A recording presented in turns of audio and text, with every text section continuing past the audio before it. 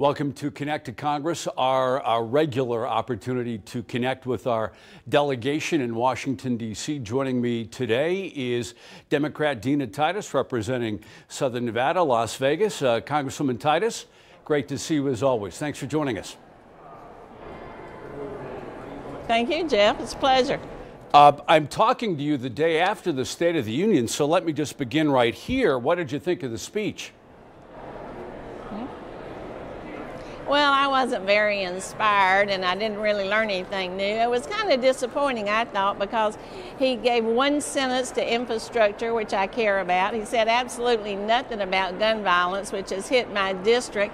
A lot of platitudes, not much substance. The White House had billed this as sort of a bipartisan speech, that he would really try to reach across the aisle. Did you hear a lot of that last night? Well, not really. I mean, he mentioned some things that we could work together on, like reducing HIV/AIDS in the country.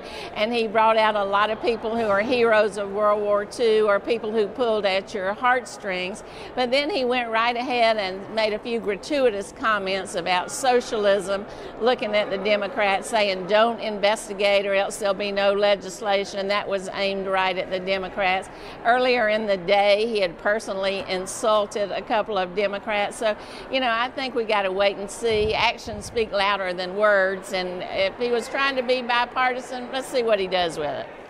Well, you kind of lead me right to my next question.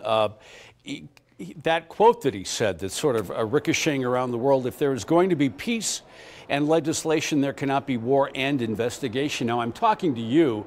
You're going to be a subcommittee chairman investigating whether the president is trying to improperly benefit some of his properties in Washington.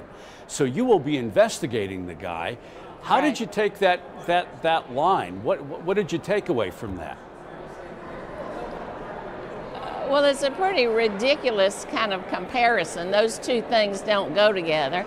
Our job as a member of Congress is to provide oversight. So yes, we will investigate. That's something that the Republicans have not done for the last 2 years. But that's not going to be the only thing we do. My committee has oversight of FEMA as well as GSA, public buildings, the post office that's now the Trump Hotel.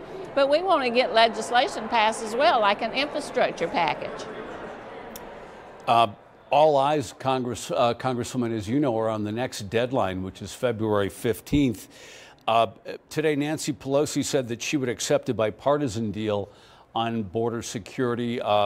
Republicans and Democrats on the Hill are trying to hash something out. Could you accept a bipartisan deal, even if it had money for a wall or a fence or whatever you want to call it? Would that sit well with you? Well, I believe in strong security at the border, but I want it to be smart security. I think the investment needs to be in more judges and more agents, more technology. I've never known a wall that somebody couldn't crawl under or climb over. So no, I don't support a wall, but something bipartisan that strengthens national security and keeps the government open. We cannot have another shutdown is something I think we all could support. I was with you in your office on Monday, and you were meeting with some TSA workers who had been furloughed during the previous 35-day shutdown. What does your gut tell you? I mean, do you think that we're headed, in fact, toward another shutdown here? Well, the president has threatened it, and with him, you never know. But I just don't believe that the Republicans in the Senate are going to let that happen. You saw how devastating that was personally for families and employees, also generally for the economy. I worried about the airport folks, the air traffic controllers, and the TSA people, and the impact that could have on tourism. So I'm really hoping that it doesn't happen. Let's switch gears and talk plutonium. As you well know, the federal government told us finally that they had shipped some plutonium here to the national security site. Let me ask you this.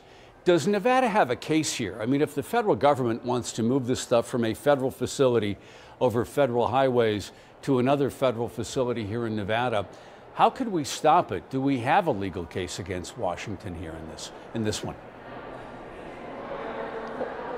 Well, it's difficult. Right now, the case is based on the fact that they didn't do enough environmental studies to see what the impact of that plutonium would be on the land and the air and the water.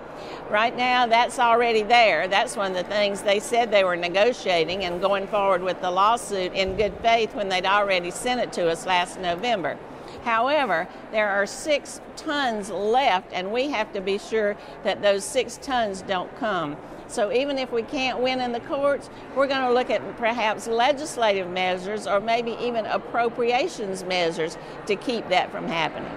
So in other words, using the appropriation, the power of the purse to prevent money from being spent to transfer this stuff here.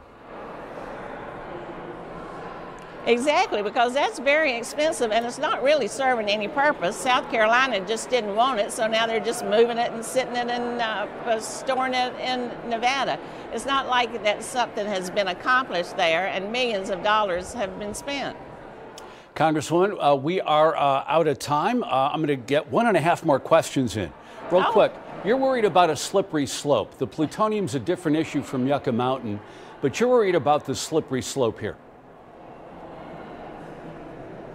That's exactly right. This is material that can be used to make a weapon. Yucca Mountain is commercial storage waste. So it's 2 different things, but if they can argue, see, we ship it safely, see, it can be stored safely, see, Nevada lets it come there, then it's a very short step to Yucca Mountain, and we don't want to go down that path. Is there anything else you would like to let your constituents know today? No, I want them to know that I'm also working on some animal bills. We got good news that there's going to be an investigation of the VA for doing animal testing on dogs that is cruel, and we're working on a measure to try to prevent a roundup of wild horses done by the Forest Service because they're not regulated the same way that BLM is. Congresswoman Dina Titus from Washington, thank you very much for joining us.